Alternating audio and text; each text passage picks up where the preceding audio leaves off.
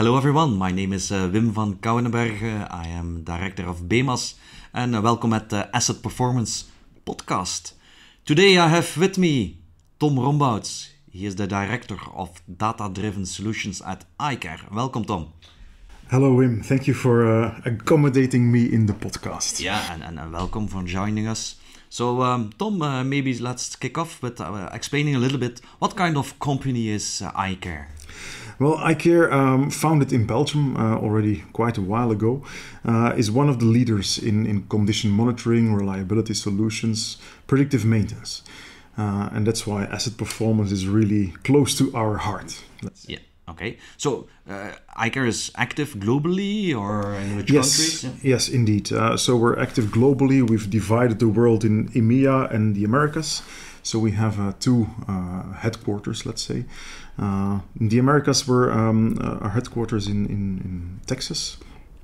Here in Europe, it's still in Belgium, in Mons, and we're aiming to keep it that way.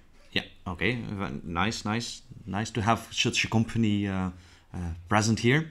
So, Director Data-Driven Solutions. So can you explain a little bit what is your role at iCare? My role in iCare is actually to help our asset owners with the challenges of today, but also with the tools that are available today. Looking at the maintenance and reliability sector, they're conservative. And the world is changing. The world is changing rapidly, and we're confronted with today's challenges, but we want to tackle them with yesterday's solutions. If you think of RCM, just to name one, it's a tool devised in the 60s, a methodology from the 60s, and it's still hugely popular today. I will not reduce the importance of RCM, but it's a heavy methodology which requires a lot of effort. And with these days technology, we can accomplish high quality output with a lot less effort by using the right smart tools, let's say. And that's what our department is doing. We're screening and applying the right technology to tackle the same challenges. Because in the end, asset owners, they want to produce. That's why they have a maintenance organization, reliability organization, to be able to safeguard the production capacity. But we provide to them new innovative ways of doing the same thing. Well, during this podcast today here, we are going to drill down a little bit in one of the methodologies that you are proposing. So let's dive deeper a little bit into these today's challenges. What are the things that you see that you say, look, there we can really optimize? Yeah. If let's take a fictive asset owner. What is happening? We've got typically the production department who wants to produce as much as possible depending on the market demand. They have a maintenance organization doing the maintenance in the field, a reliability organization trying to improve the reliability of the assets. And these organizations are generating a lot of data, including maintenance logs. Wherever they are available, these maintenance logs are hugely valuable. But with the background that we had in reliability projects, we see that the end users are not valorizing that data. Before inventing the AI mining tool, but we'll come back to that later, we were confronted with the fact that the customer doesn't know where to start, doesn't know where to improve. And that was the challenge of iCare. And typically that would take a lot of effort from iCare, a lot of effort from the asset owner to really drill down in the scope of any project. And that's where the idea came up. How can we devise a tool, initially for internal use, let's say, that really speeds up that process, that helps us to aim where it hurts and helps us solve that it no longer hurts. That was the initial design objective.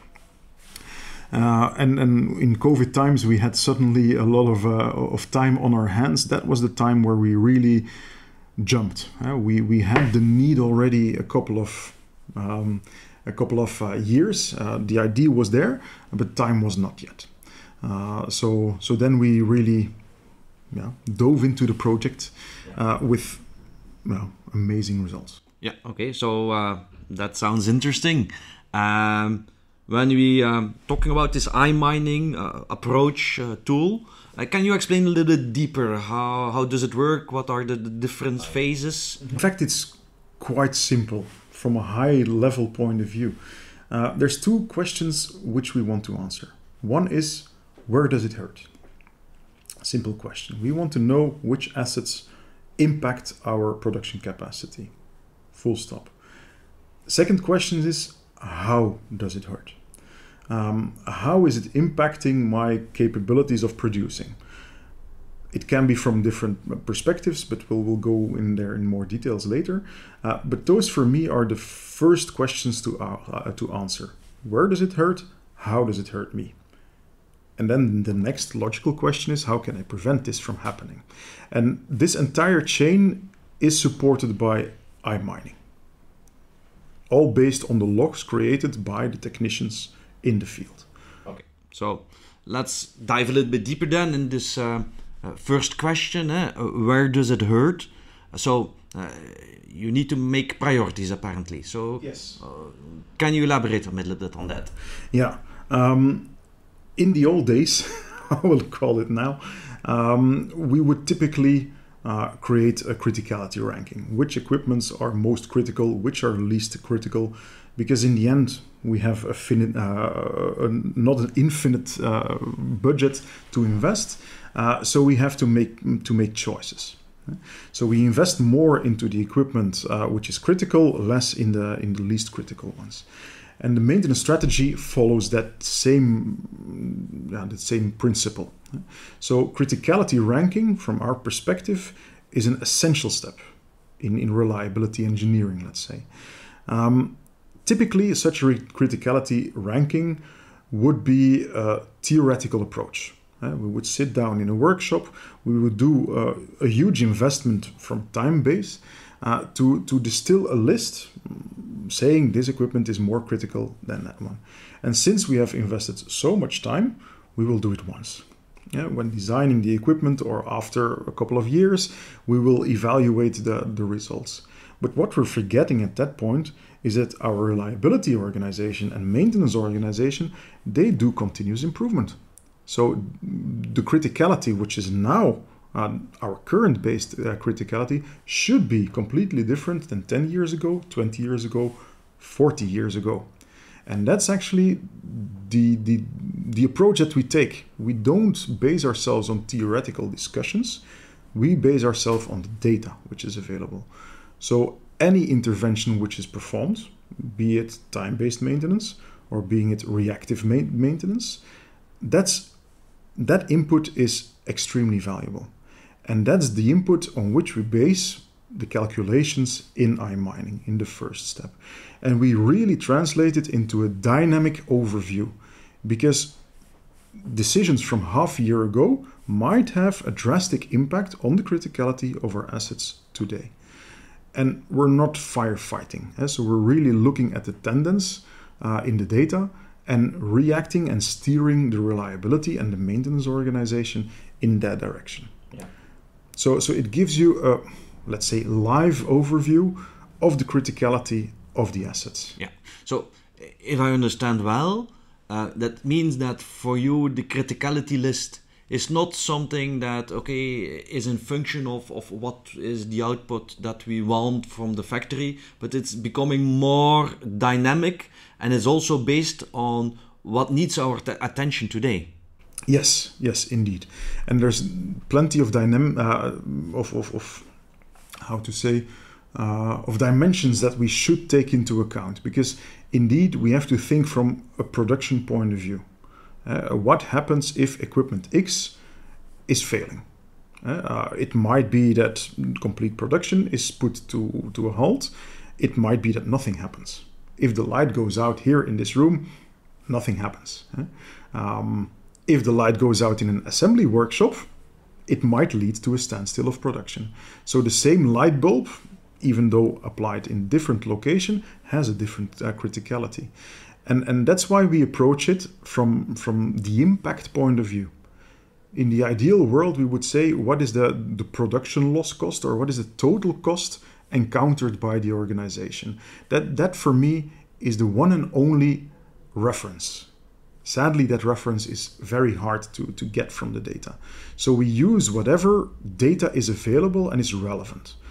Some asset owners, they have really made the calculation. We have X hours of downtime, we have invested X thousands of euros of spare parts, we have rented this equipment, and so on. And the full financial impact of that downtime is visible. That's the ideal situation. But sadly, that ideal situation almost never exists. So we will do it with the data which is reliable and available for that customer. And that's what we call the impact scale. There's a second dimension to criticality. That's the frequency. How often does it happen? It might be that your impact is huge, but it almost never happens. So that's not your priority. If it often happens and the impact is meteor, it might hurt your organization way more. So it's those two dimensions that we will dynamically plot in this first step. Yeah. And so it's based from input from the CMMS systems yes, or the enterprise asset management systems. Are there any other inputs that you require in order to be able to generate that list? For that first step, no, because it's really a quantitative evaluation.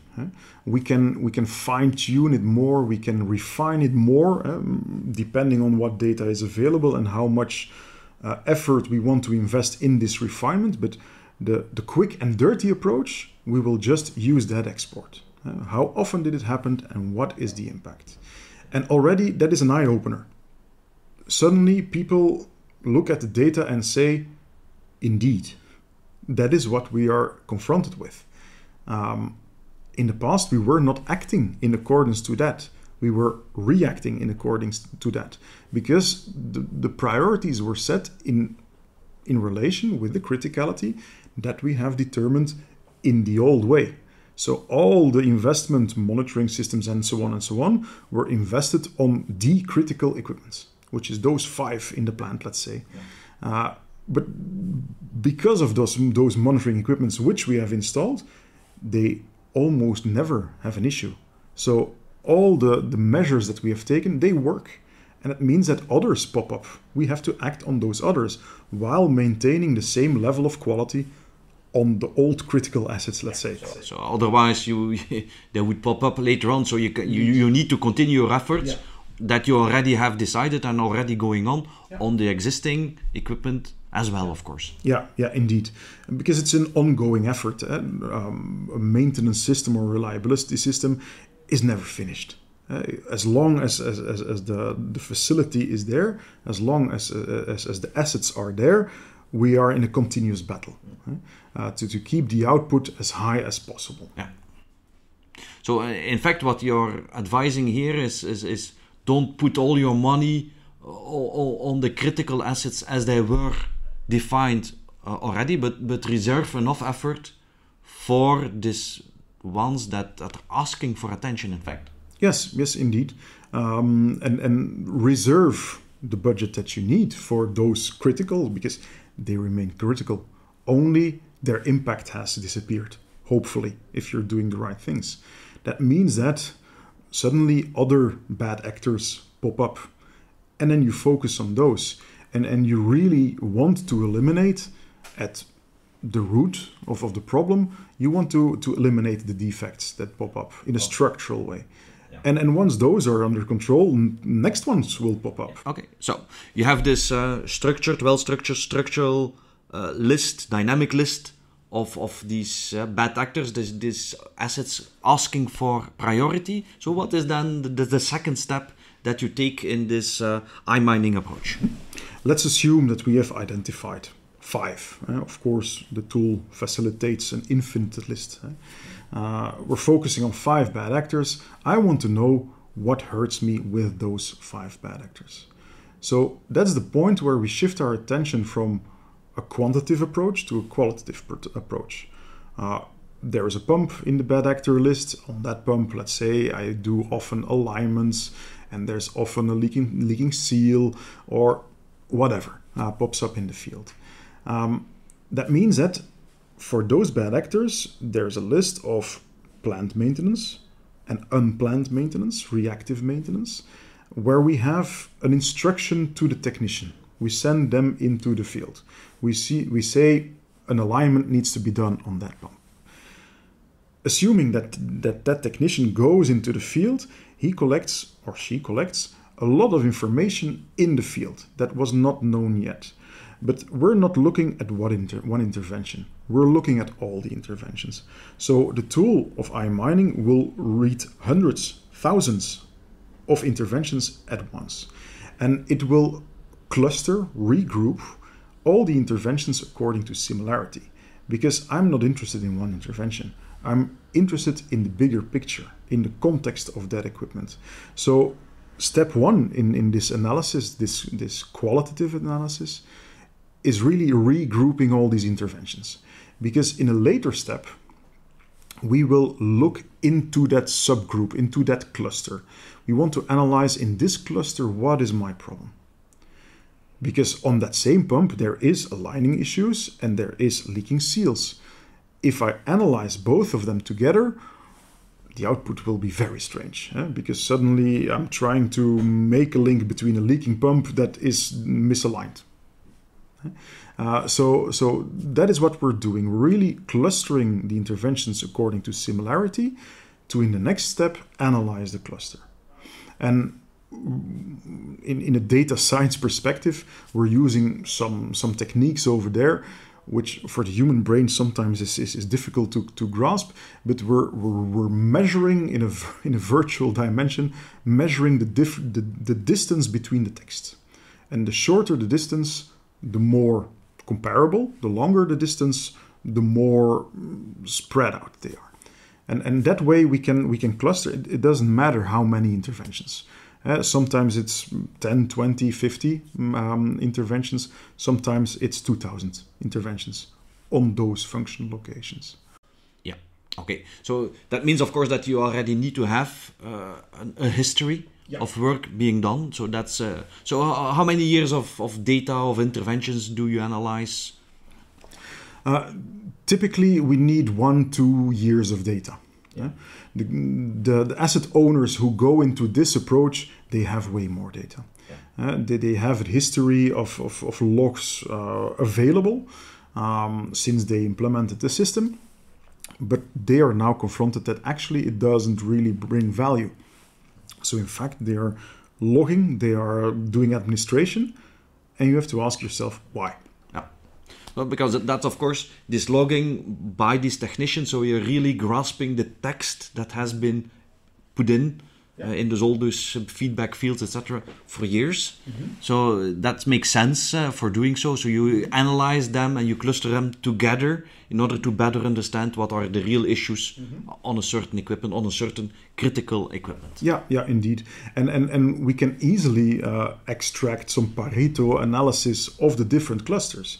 Because taking back the example of the pump, what is my biggest issue? Is it alignment issues or leaking issues? Because I want to focus, even within that one equipment, I want to focus on the failure modes that hurt. Yeah, okay. So that means, of course, that you somewhat need a quality data input from these technicians that has been performed for years. So, yes. But in practice, sometimes there are issues with that. So how do you tackle that? Yeah. That is indeed a challenge, because when logging this data, people didn't realize that we would do this with their data. So some data sets are of low quality, some are of high quality. Sometimes there's management in the organization who was like visionary and said later we'll do something, so it has to be high quality. In other organizations, honestly, they don't care. As long as the bookkeeper is happy, everybody's happy. So we're encountered with different profiles. And the better the quality, the more deeper we can dive into the data. That also implies that for some asset owners, we can only go to the level of the clustering. that we can go into the level of these were the interventions for which you have sent the technician into the field, full stop. And also that is valuable. You can, with the know-how of the reliability engineering, you can start ideating why are we doing so much alignments. Maybe it's because you're not aligning well. Maybe it's because there's a lot of vibrations which unloosen the equipment and blah. So you can go into detail at that point of view from a theoretical perspective. But if you have the data, if you have the high quality data, let the practice speak. You have it, so please valorize it. Okay. So, but that's one important lesson listeners can take is that, of course, nowadays you really need to take care of the quality data, the quality of the input done by the technicians, because this is your gold mine for the future. Absolutely. It's something I preach during my my trainings that I give for BEMAS as well. We as small part in the chain, let's say, all of us, we are important because we are starting to generate data. And there's a saying in the data science world that bad data in means bad conclusions come out. So you really have to step up and actively guard the quality of the data. In the past, maybe a team leader was reviewing the quality of the work performed. And of course, that's incredibly important. But the quality of the data produced after is equally important. Because if I'm not generating a log, all the know-how that I've accumulated is lost. You don't have to ask me what I did last week, let alone last year or 10 years ago. I don't know. So all the details, the important details, because in the end, maintenance is a matter of essential details, I would say. These details are important. So we have to look into ways how to support these technicians into keeping the quality up, because they have other priorities as well. And we have to manage that and help them. So we have a new saying in maintenance. It used to be safety first. Now it's safety first and data second. or quality job and then data third. But it's important. A quality job. And that implies the real mechanical job, but that also implies the administration. And maybe my best technician in the field is the one typing with 2 fingers. But again, there are new ways of doing that. In my head, I have a smart helmet on my head, and when walking back to the workshop, I double tap on my helmet and I start dictating what I have done. Today's technology, it is not tough to really isolate the voice because it's a noisy environment, isolate the voice, transcribe the voice into text, and by the time that my technician is back in the workshop, the feedback is already booked in my system. Yeah. Why not? And my team leader who is there, or maybe the guy from the warehouse, I don't care who does it, but if they have the competencies to quickly scan the feedback that was given, I'm gaining time because I'm no longer doing administration from a typical perspective, yeah. but I'm using the time that I have. Yeah. Why not? I'm not saying that it's the way to go, but we have to think technical, creative. Yeah. And us engineers and technicians, we are technically creative because we have solved all these issues in the past. Only now we have plenty of more tools available. Sadly, tools that we don't know yet. Yeah. But they are out there. They're there, and let's them put into use. Yeah. Okay. Yeah. So coming back on the AI mining methodology. So first of all, we had this criticality list, dynamic criticality list. Then we did some clustering. Mm-hmm. So what is the third step then? The third step is really looking into those clusters. So we have regrouped the interventions according to similarity. Now we will look into that cluster. And typically, it's a bit of an anecdote, but whenever we do a project like this, we ask the asset owner a list of names of their technicians. Okay. GDPR-wise, it's okay. But the reason why we do so, I'm doing a log, I'm doing an intervention, and I'm starting my report with my name and then my report. And suddenly our algorithm will see that name as a very important contributor to the failure of these assets. So no, I'm not a contributor to the failure, I'm the solution. I've solved the issue.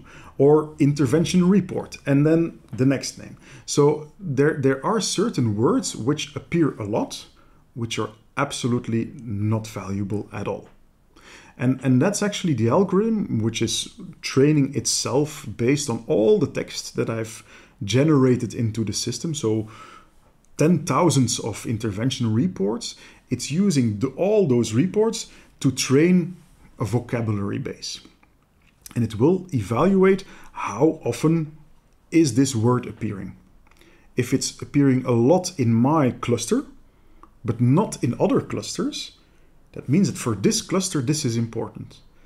And the more important the word, the higher the contribution score we will give to it. And that's the way how we will analyze each word, each phrase, each subphrase. So it goes into different dimensions, and we try to visualize it in maybe not a graphically pleasing way, but in an efficient way. So we just throw a word cloud to you. And what is interesting, if at least at the asset owners where we have used it, we present the word cloud to the technician. And that technician will say, this is not new. Yeah. Of course it's not new to him, because he has generated the reports on which we base the word cloud. But if I show the word cloud to a reliability engineer, he or she will say, hey, this is interesting. Because suddenly I get this graphical overview, this graphical summary of a certain problem at a certain equipment. And stuff pops up, which by reading the individual feedbacks doesn't draw our attention. And again, from an anecdotic point of view, a certain customer, we've done this project, we provide them with feedback on certain bad actors, and it's silent. So we thought we're presenting bullshit. and the maintenance manager takes the word. He says it's confronting, because actually in parallel to your project, before we have asked an internal resource, we have to work at this bad actor. They knew what the bad actor was. And the worker internally has spent already 3 months on looking and screening what is the problem and so on. And the day before, he or she, I don't know, was presenting to the manager the results. But they have invested 3 months. Yeah. We have invested 3 days. So it's hugely important. Yes, we want to attribute investment in it. We want to analyze it. We want to solve it. But don't waste your people's time by doing it in the classical way. And that to me is an indication of the power of this tool. And now I've only explained how we can use the tool in one way. And there's different ways how we use and valorize the tool. But it shows really the power of NLP, natural language processing. Thank you. I was a bit. I never used the full term. Yes, NLP. Yeah. And that methodology already exists for a long time.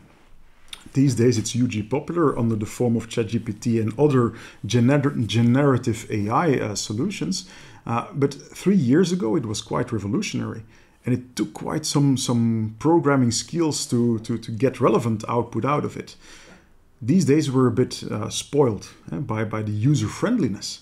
But then again, the tool which I'm describing now, we have designed 3 years ago. If we would design it today, maybe we would do it differently with the tools that we have today. But that is the bottom line. You have to use what is available today to solve the problems that you could not solve in the past. So basically, if you look at the methodology, it allows you to get input on equipment reliability much faster than you used to have. Yeah. Is that a good summary? Yeah, it's a good summary. But that's only half the work. Summarizing, you have these 3 steps. You have now an idea of what what is going wrong with critical equipment. And so what's next? What we have done up until now is only half the work. We have obtained insights, we have analyzed where it hurts, how it hurts us, and also went into details on what is the reason why it hurts us.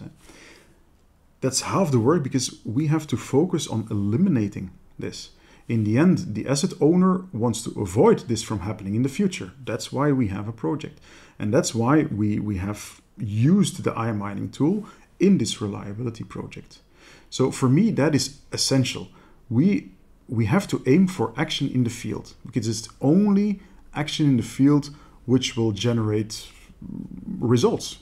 Yeah. Analyzing it, visualizing it is nice, it's essential, but it doesn't contribute to the solution. So in fact, the time that you gained by using this technology in order to make the analysis, you invest in implementing solutions in order to cope with the challenges that you have detected. Yeah. Indeed. If coming back to the pump with the alignment issues, let's invest the time that we have saved into devising a proper alignment program at the asset owner, so that we prevent this stuff from happening in the future. Because if I'm coming back at the same asset owner in a couple of years and I'm doing the same analysis, this problem has to be disappeared. Otherwise, my added value is limited. So we always aim for the end of the chain, which is the action, which is the improvement, design improvement, or a methodological improvement, improving the methods that we use in the maintenance in the field. So that for me is always the aim of the project. Yeah, very clear. So maybe you can share with us some results, some lessons learned from cases where you have already applied the AI mining tool? Mm-hmm. Yes, I have a very specific example. So it's in the CNC world. So we're producing precision components. In this case, the asset owner has got 3 different CNC machines, and they have such a level of automation that these CNC machines are automatically fed by a robot. So raw material goes in, finished products comes out. Intuitively, the asset owner is drawn to this robot, because if the robot fails, all the CNC machines will stop, and it's in the end that what generates money for the asset owner. So a lot is invested in predictive maintenance technologies, into time-based maintenance of this robot. And we were doing the AI mining analysis on one CNC equipment, which gives us some insights. On the second CNC equipment, another insights, but we're starting to uncover a certain pattern, because plenty of clusters that we have identified were present across these different machines. And it was not a robot. It was not the robot causing downtime. It was a stupid pump. A pump feeding the cooling water, the cooling milk, as we call it, feeding it to the 3 CNC machines.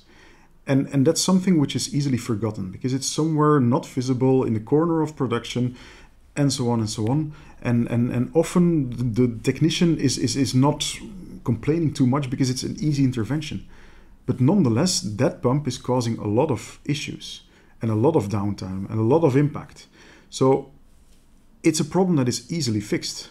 Redesigning the pump, or having better maintenance budget allocated, doing predictive maintenance. Yeah, or even putting a backup pump next to it. Indeed. So there's plenty of solutions, but the asset owner didn't think of it because they were not confronted with the problem. Changing a pump, it's done in 1 hour. But if you have to do it so often that it has such a big impact, you're losing a lot of money. And that in the end was the situation. And that was solved only by looking at the right data in the right way. And that was lost in the thousands of intervention reports, because it was not the most important cluster in the analysis. Of course, toolware and so on, that was floating on top. But at certain equipments, this one was present everywhere. And that's easily solved. Well, okay, nice result, in fact. Huh? So you have this tool. Does it connect with the enterprise asset management system, with the CMMS tool? How does that work? From a connectivity perspective, we have to be pragmatic. This analysis is something we do once, twice, every X years. So we didn't invest much into live connectivity. The asset owner is perfectly capable, maybe the IT department is, to make a download of any all interventions in the plant. And we connect to that download. We actually have different tools created to clean the data, to prepare the data in the right way so it works best for the tool. If this tool would be used live, then we would create a live connector. But in this case, that's over-investing. And we don't want to do that. Nobody should over-invest. No, okay. So, and is the CMS or the DEM system the only data source, or do you take other data feeds as well into the analysis? In this case, it's the most important data source. Some asset owners have a dedicated system to log downtime of production. That's a second data source that we could use. But in the end, we want to dig into the details of the intervention. We want to understand what happened. Why did it fail at that point in time? So we always need to have the reports of the intervention. But for me, the most valuable data is how much downtime did I have. It could be that I have an intervention which only took 2 hours. But before doing the intervention, I've lost 5 hours by troubleshooting. So in the end, I've lost 7 hours of production. It's a big difference. So if that data is available, of course we will integrate it. Okay. But then again, data quality pops in because we have to make the link between the production time lost and that maintenance intervention. So the more data sources that we have, the more the maturity should be to really manage the data. If it's not properly connected. So the timestamp of the intervention is hugely important. Absolutely. On timestamp, it's not a unique identifier because at one point in time, plenty of stuff could have happened in a big factory. So timestamp is not used. Also, I've maybe done my booking at the end of my shift. Yeah, well, that's whereas the automated registration system has logged it exactly then. So the best way is to tag it in the functional hierarchy. It's this equipment or the intervention. I've got this downtime due to that intervention. So we need to have unique identifiers. You already feel it that the more data sources you integrate, the more you have to look into proper mapping. And that's data quality as well. You really have to think at the bigger picture. And if you're designing a system where you want to use the data that is in the system, make sure to design the system well. And again, if that system is designed in the 80s, we couldn't imagine that we're doing this today.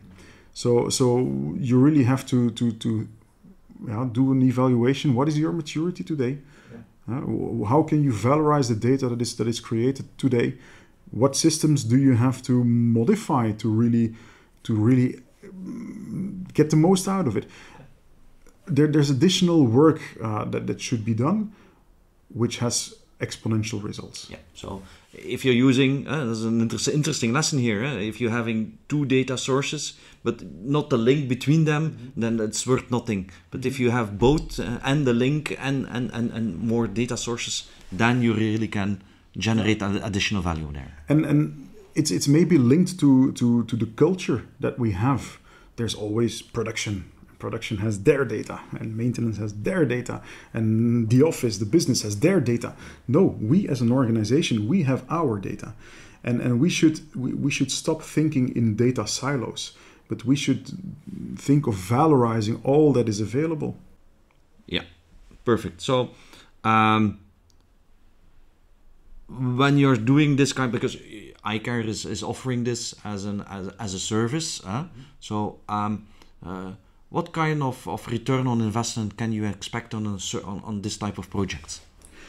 It's a good question. We have done the benchmark, done a classic reliability project, let's say, and in parallel done a small scope with AI mining, and we concluded that we were, I'm guesstimating at this point, 10 times faster in devising the list of criticality, of critical equipment, and also analyzing it, and that's why we have translated this tool into, or adopted this tool into the standard work of projects. But again, it only works if the data quality is sufficient. So we can propose it to any asset owner, but we have to screen the data first. Sometimes we propose it and we have to draw back. We have to say, sadly, the data doesn't facilitate us. Or in some cases, a part of the tool can be used. So it's always an ad hoc decision. You use what is available. So, but 10 times faster if the data is okay there. Yeah. So that means also 10 times better return on investment, or? In my point of view, yes. But we as organizations, we have to think ahead. We have to do the actions now to allow it to be valorized in a couple of years. If today you're contacting me to do this project, to do this analysis, and my conclusion it's not possible because ABC, hopefully in 3 years we have the same discussion and we're doing the project.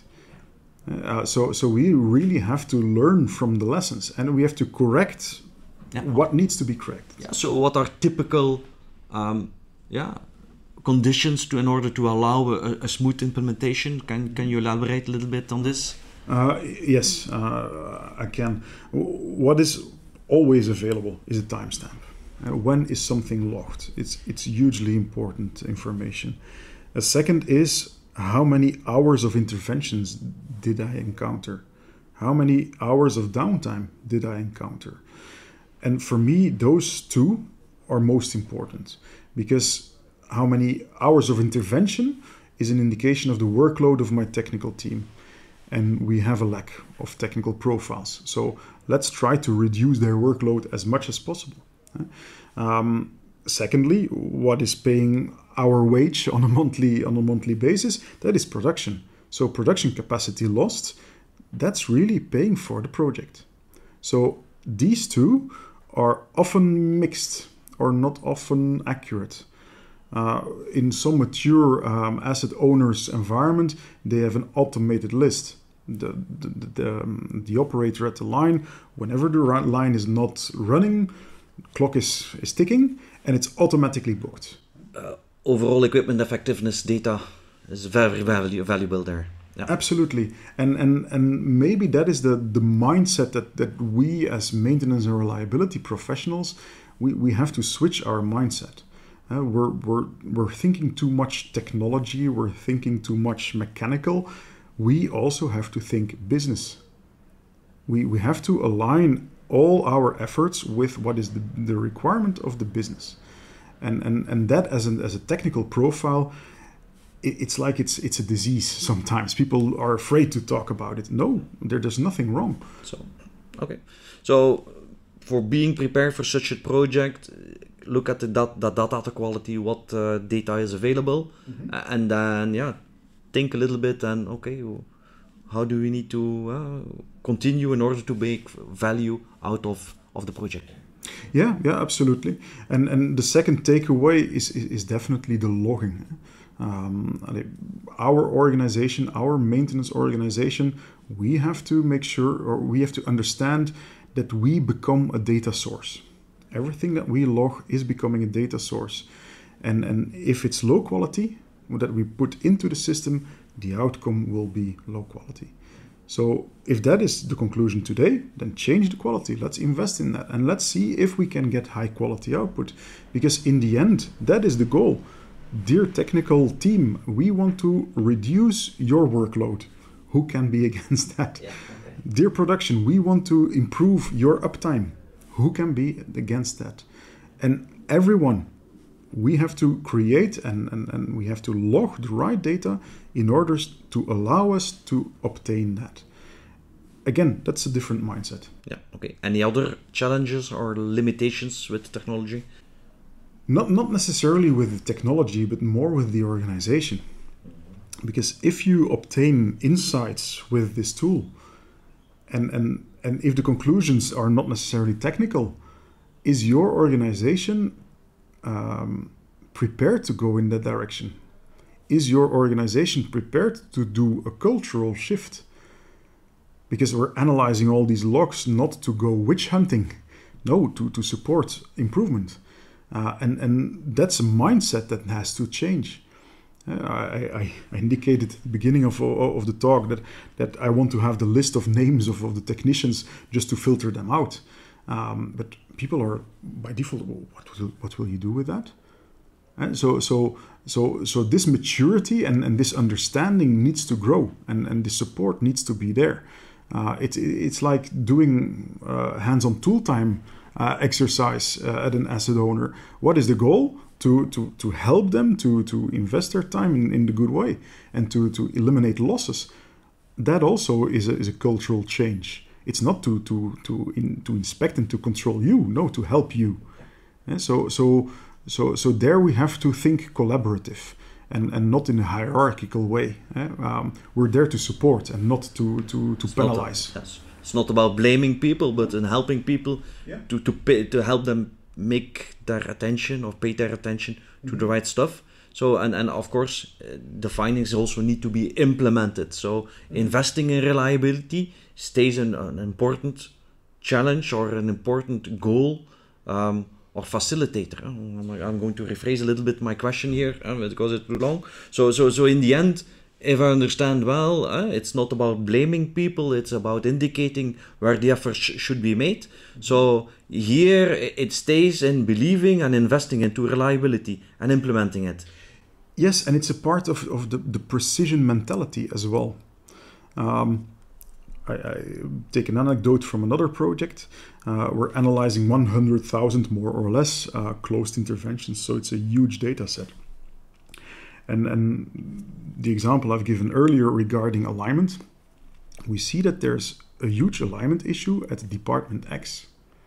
Now, if you're in the blaming mentality, you find the one responsible, you fire him. let's exaggerate a bit. But in this case, we have found, hey, why is there a problem with that department, with alignment?